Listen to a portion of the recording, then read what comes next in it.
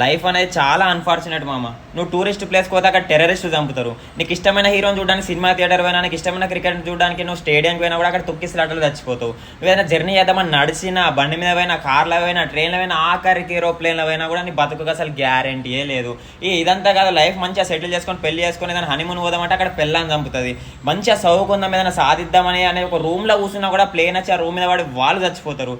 ఇది నీ కోసం నువ్వు పొద్దున్న లేచినప్పటి నుంచి రాత్రి వండుకునేదాకా, పుట్టినప్పటి నుంచి చచ్చేదాకా నా వాళ్ళు, నా జీవితం, నా పైసలు, నా కుటుంబం, నేను, ఇదేనా మామ?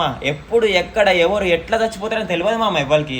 అందుకే ఒకరికి పెట్టడం నేర్చుకో, దాచుకున్నది నీ వెంట వచ్చేది కాదు. తల్లి గర్భము నుండి ధనము తేడెవ్వడు, వెళ్ళిపోయేడినాడు వెంటరాదు. లక్షాధికారైన లవణమన్నమే కాని మెరుగు బంగారంబు మింగబోడు. విత్తమార్జన చేసి విర్రవీగుట కాని కూడబెట్టిన సొమ్ము కుడువలేడు. పుందుగామరుగైన భూమి లోపల పెట్టి దాన ధర్మము లేక దాచి దాచి తుదకు దొంగలకిత్తురో దొరలకవునో. తల్లి కడుపులోంచి వచ్చినప్పుడు తెచ్చుకున్నది ఏదీ లేదు. అమ్మ కడుపులోంచి వచ్చినప్పుడు ఎలా వచ్చాడో వెళ్ళిపోయేటప్పుడు కూడా అంతే. ఒంటి మీద ఆఖరణ కప్పినటువంటి నూలు బట్ట కూడా లాగేస్తారు. లాగేసి తీసుకెళ్లి కట్టెల మీద పడుకోబెట్టి వెలిగించేస్తారు.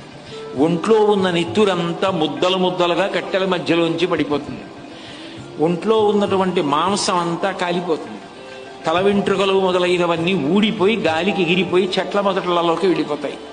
ఎముకలు ఊడి మెల్లిమెల్లిగా కింద పడిపోతే కొడుకు అస్థి సంచయనం చేసి తీసుకెళ్లి గంగా నదులలో కలిపేశాడు.